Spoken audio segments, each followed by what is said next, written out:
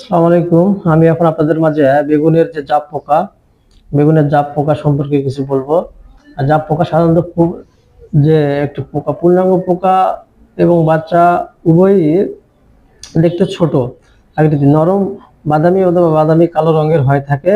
এরা সবুজ আকৃতিতে হয়, সাধারণত এরা দলবদ্ধভাবে থাকে।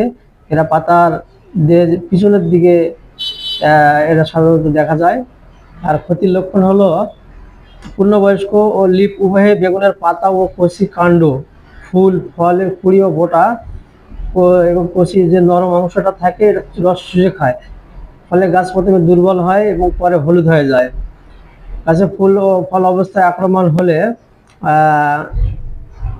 যে ডালে আক্রমণ হওয়ার সাথে সাথে ডাল, কচি ডাল এবং কচি ডগা এটা মারা যায়।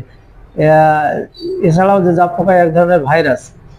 সুতরাং জমিতে যদি জাপ পোকা আক্রমণ করে তাহলে আমাদের প্রথমত ইমিডাক্লোপিড গ্রুপের ঔষধ, আমাদের উইনাগ্রো লিমিটেড আলট্রা এবং তারপরে যে ক্লোরোপাইরিফস এবং সাইবারমেথ্রিন গ্রুপের আমাদের জয়।